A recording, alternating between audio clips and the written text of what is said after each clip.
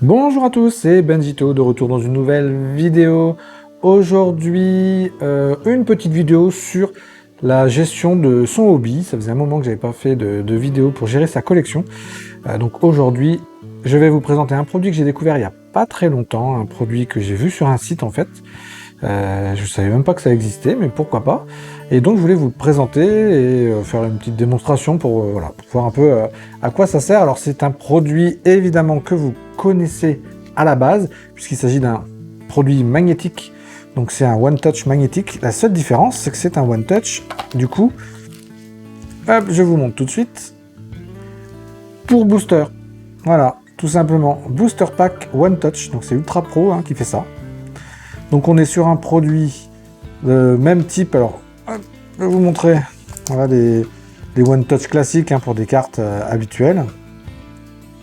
Voilà, donc petit boîtier en plastique avec l'aimant qui se trouve ici, voilà, qui vous permet de bien le refermer.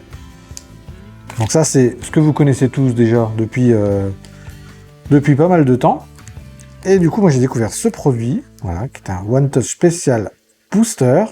Donc c'est pas pour mettre des cartes, mais des boosters. On le voit, la différence de taille. Ce sont des méga One Touch en fait, tout simplement. Donc on a une grosse différence de taille.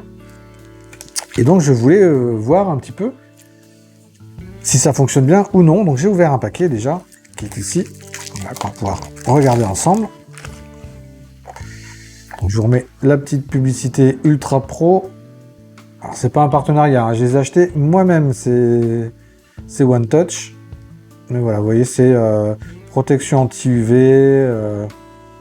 Il y a pour les coins, pour pas les abîmer, une fermeture en magnétique. Voilà. Donc les boîtiers sont pareils que... C'est vraiment pareil que les cartes, c'est la même qualité. Les boîtiers sont vraiment identiques, sont juste évidemment plus épais, ça c'est sûr.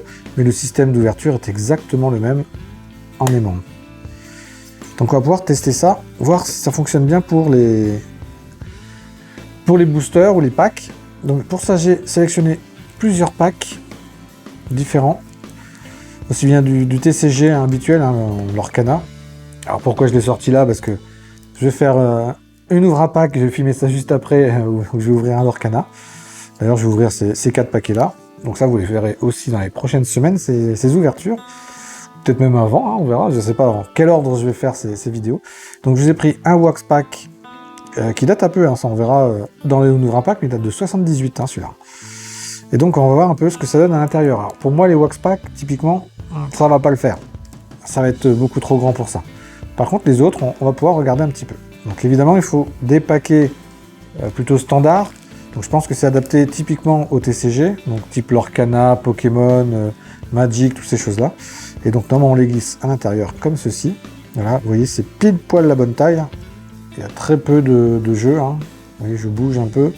J'ai quand même très peu de jeux. Et donc normalement, ça se referme nickel. Si je l'ai mis dans le bon sens. Hop, ce qui n'est pas le cas. On va y arriver. Hop là, voilà. C'est refermé nickel. Et c'est vrai que ça protège très bien certains boosters. Donc je pense surtout à des boosters qui ont une certaine valeur. Si vous avez des boosters très rares, ça peut être un bon moyen de les protéger. Plus sympa. Moi, évidemment, ma collection de boosters, j'en ai plus de 300 maintenant, des boosters. De tout type, sport et non sport, et en fait je les stocke dans des boîtes en plastique, mais pas du tout protégées comme ça, quoi.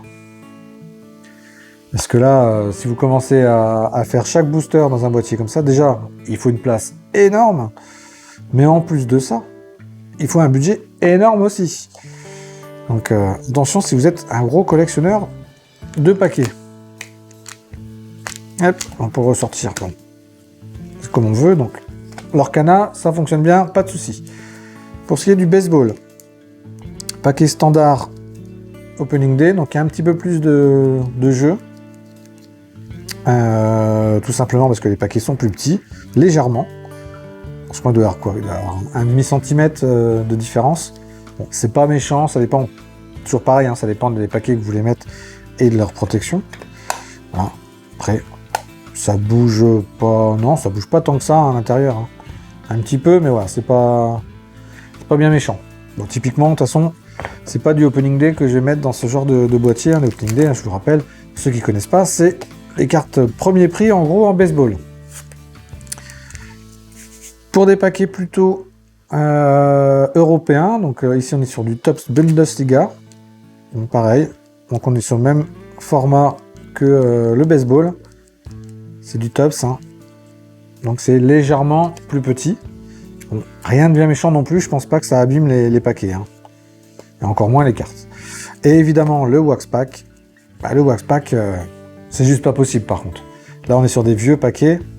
Alors ça c'est pas un paquet forcément très recherché, donc pas très cher. Donc c'est pas grave s'il s'abîme. Mais si vous avez des paquets plutôt rares, évitez ce genre de magnétique, ça c'est clair. Là voilà, ces paquets-là sont une taille standard et là on a beaucoup trop de jours ici. Donc après s'ils sont très épais et que ça colle à la face avant, peut-être, hein, je dis pas, hein. Si j'arrive à le fermer, j'arrive pas à le fermer. Hop, avec la caméra devant, c'est pas forcément évident. Voilà, on y arrive. En tout cas c'est fermé, mais ça bouge, hein, vous voyez, ça bouge à l'intérieur. Bon après si c'est stocké tout droit comme ça, évidemment ça posera pas de soucis, hein. Mais si c'est dans une mallette et que c'est censé bouger, par exemple, ça risque d'abîmer les coins. Donc voilà, c'est pas forcément le produit idéal pour ça. Par contre, pour tout ce qui est booster, hein, vous avez vu, booster plutôt TCG ou même un petit peu sport, hein, ça fonctionne très bien. Franchement, c'est une bonne découverte pour moi qui ai des paquets. Il y en a quand même qui sont plus ou moins rares, on va dire. Pour certains paquets, donc je suis quand même plutôt content de cette découverte. Je m'en suis pris 3, là j'en ai 3.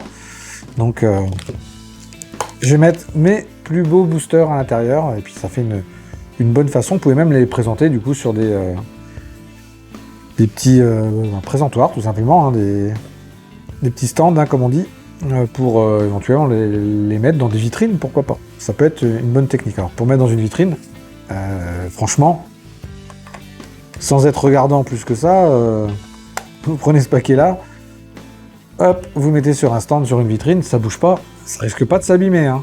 Par contre, votre paquet est bien protégé. Voilà, ça c'est vous qui voyez après au niveau de l'utilisation, mais en tout cas, voilà, ça a le mérite d'exister. J'ai découvert, je voulais partager ça avec vous, voilà, les Booster Pack One Touch.